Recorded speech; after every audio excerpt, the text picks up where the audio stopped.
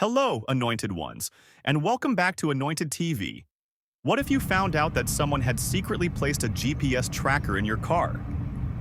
And what if that person worked for your own family's ministry? That's exactly what Jonathan Lamb, son of the late Marcus Lamb and former vice president of Daystar TV, discovered when he felt a nudge from the Holy Spirit to check his security feeds. What he saw left him shocked. And now, months later, the confrontation that took place at the National Religious Broadcasters (NRB) convention is bringing this controversy back into the spotlight. Stay with us as we break down this shocking story of alleged spying, intimidation, and power struggles within one of the world's largest Christian TV networks. Let's get into it. On November 7, 2023, Jonathan Lamb felt a prompting in his spirit to check the security cameras at Daystar TV. As the vice president of the network, he had access to all of Daystar's surveillance feeds. What he saw was nothing short of alarming.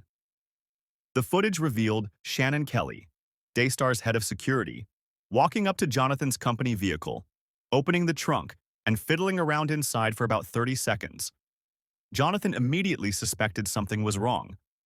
At the time, tensions were already high between Jonathan and his mother, Joni Lamb, the president of Daystar. So, when he confronted Shannon Kelly about the incident, Kelly denied doing anything suspicious. But Jonathan knew better. The next day, a mechanic confirmed his fears. A GPS tracker had been placed inside his trunk. For the first time in Daystar's nearly 30-year history, a ministry-owned vehicle had been tracked. But why? Who ordered it? And what else was happening behind the scenes? Jonathan later learned that this wasn't an isolated event. He and his wife, Susie Lamb, had already been facing pressure from Daystar leadership. It all started in July 2023, when they refused to read a viewer comment on air that praised Joni's new marriage to Doug Weiss. From that moment on, Jonathan and Susie claimed they became targets of bullying, intimidation, and surveillance. After he found the tracker, Jonathan received a call from Joni's assistant claiming that trackers had been placed in all company vehicles after Marcus Lamb's passing in 2021. But there was a problem with that explanation. Jonathan later uncovered expense reports showing that the trackers were actually purchased in October 2023, 2 years after Marcus's passing. It was clear that Jonathan and Susie were being watched, but things didn't stop there. On September 6, 2024, Jonathan and Susie noticed something disturbing. As they were driving with their children, a purple car was following them through local streets. Concerned, they recorded video evidence and later confirmed that the driver was a private investigator named Jameson Bradley Parker.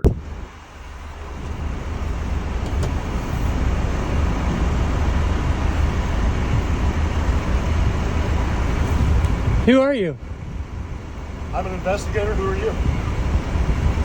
Who are you hired by? I can't disclose that. Okay. Well, I don't authorize you to follow me. That's okay. We're on public streets. I can follow wherever I want to. Okay.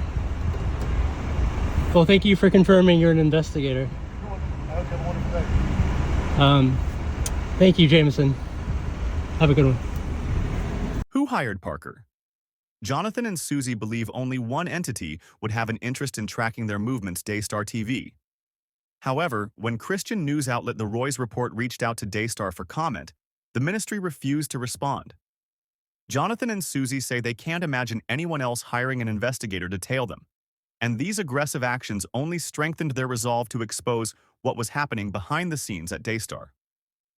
Fast forward to the National Religious Broadcasters (NRB) convention in 2024, where Jonathan, accompanied by Christian media figures like Laura Lynn Tyler Thompson and Pastor Ray from The Unction, finally confronted Shannon Kelly in person. Jonathan directly accused Kelly of placing the GPS tracker in his vehicle and of engaging in ongoing harassment. Kelly, however, dismissed the claims, stating he was simply doing his job. Hey Shannon, are you the tracker guy? This is what Hi. Y'all really opened up a tracker franchise. How are you? Give me a hug, buddy. It's good to see you. How are you? I'm glad you're okay, man. Okay. It's good to see you, buddy. Yeah. Pastor Leach. So this is It's good to put the a face with a Oh man. person. so this is the guy that put a tracker in my So car. that's the one with the tracker. Yep. How are you doing? Showed up at my house in the bulletproof vest and the gun. That's amazing. That's called Mr. uniform. Shannon Kelly. That's amazing. So we have a plain clothes and we have Talk uniforms. to everyone but Wow. me. That's a You uniform. never reached out to me. I would love it. Want to come on the show? I definitely don't want to. Sir, we wear those at work. I would appreciate There's it our if you standard wouldn't security film. uniform. We're gonna film. Okay, that's the truth, right? Yeah. Probably the reference consent street. Yeah. Well, if y'all have any questions, please come on up. You'll see our actual uniforms. It's nowhere near the fable that has been told. But that's But the evidence suggested otherwise. Things became even more intense when Laura Lynn confronted Jonathan's sister, Rachel Lamb, asking if she was aware of the situation. and this is what this Hi. is. We have Talk uniforms. to everyone but Wow. me. That's a You uniform. never reached out to me. I would love it. Want to come on the show? I definitely don't want to. Sir, we wear those at work. I would appreciate There's it our if you standard wouldn't security film. uniform. We're gonna film. Okay, that's the truth, right? Yeah. Rachel denied knowing anything about it, leading to an even deeper rift within the Lamb family. NRB security eventually intervened, mistakenly escorting Pastor Ray out of the convention. However, NRB President Troy Miller later reversed the decision, allowing him to re-enter. Since these revelations, Jonathan and Susie have faced continued pressure from Daystar. Jonathan was forced to sign an NDA in November 2023 or lose his position at the network. He refused. Months later, Daystar demoted him and slashed his salary by 40%. Even Susie's parents, who worked at Daystar, were fired. Then came the most shocking event yet. On November 16, 2024, Shannon Kelly himself showed up at Jonathan's home, wearing a bulletproof vest and carrying a gun, to personally deliver Jonathan's termination letter. Effective immediately, Jonathan was stripped of his role at Daystar and barred from accessing company facilities and emails. Despite these drastic measures, Jonathan remains firm in his belief that God is using these events to expose corruption and bring about justice. As he put it, the chances of me feeling in my spirit to pull up the cameras at the exact moment, and there's like over 30 cameras, to have that camera pulled up of the security guard, opening up my trunk, reaching his hand in, and fiddling around for a good 30 seconds. I was just like, he put something in my car. What do you think about these shocking revelations? Is this a case of a Christian ministry going too far, or is there more to the story? Let us know in the comments below.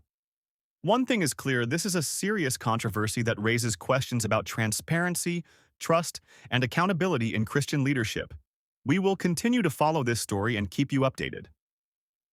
What do you think about this story? Let us know your thoughts in the comments below. Don't forget to like, share, and subscribe to Anointed TV for more updates on this developing story. Until next time, stay blessed and stay informed.